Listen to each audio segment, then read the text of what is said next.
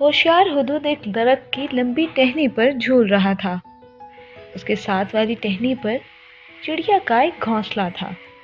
Be چڑیا بہت ہی بھولی بھالی اور نیک تھی۔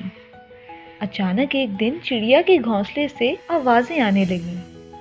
ہوشیار ہدہد نے آواز پر غور کیا تو پتہ چلا کہ چڑیا کا بیٹا مسلسل اپنی ماں سے بدتمیزی کر رہا ہے۔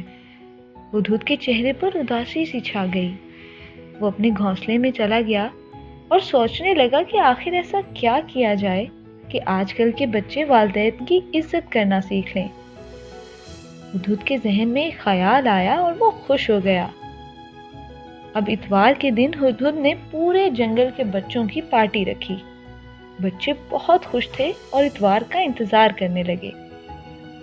مقررہ دن ہوشیار ہدہد نے ایک تالاب کے پاس بچوں کے لیے کھیل کا انتظام کیا۔ اس کے بعد ہدہد میاں نے بچوں سے مختلف سوال کیے اور صحیح جواب دینے پر بچوں کو انعامات بھی دیے۔ دیکھو بچوں، آپ سب کو کس نے پیدا کیا؟ اللہ تعالیٰ نے۔ بچوں نے بیک وقت بلند آواز میں جواب دیا۔ اگر ہم اللہ کی نافرمانی کریں تو کتنی بری بات ہے نا؟ جی بالکل، بچوں نے جواب دیا۔ تو پیارے بچوں، اللہ پاک قرآن کریم میں فرماتا ہے، اور ماں باپ کے ساتھ بھلائی کرتے رہو۔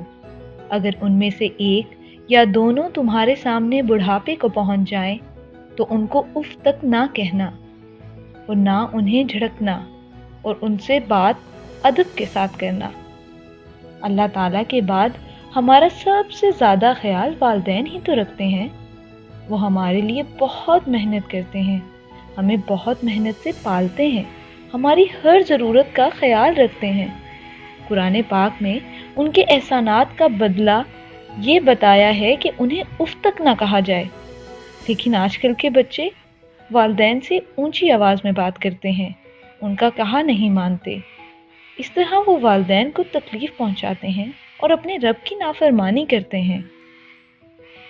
یہ سن کر چڑیا کے بچے کا سر شرمندگی سے جھک گیا۔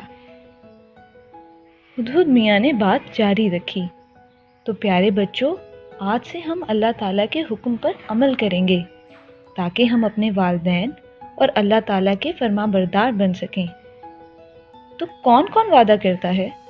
سب بچوں نے ہاتھ بلند کیے تو ہوشیار ہدہد کے چہرے پر مسکراہٹ بکھر گئی۔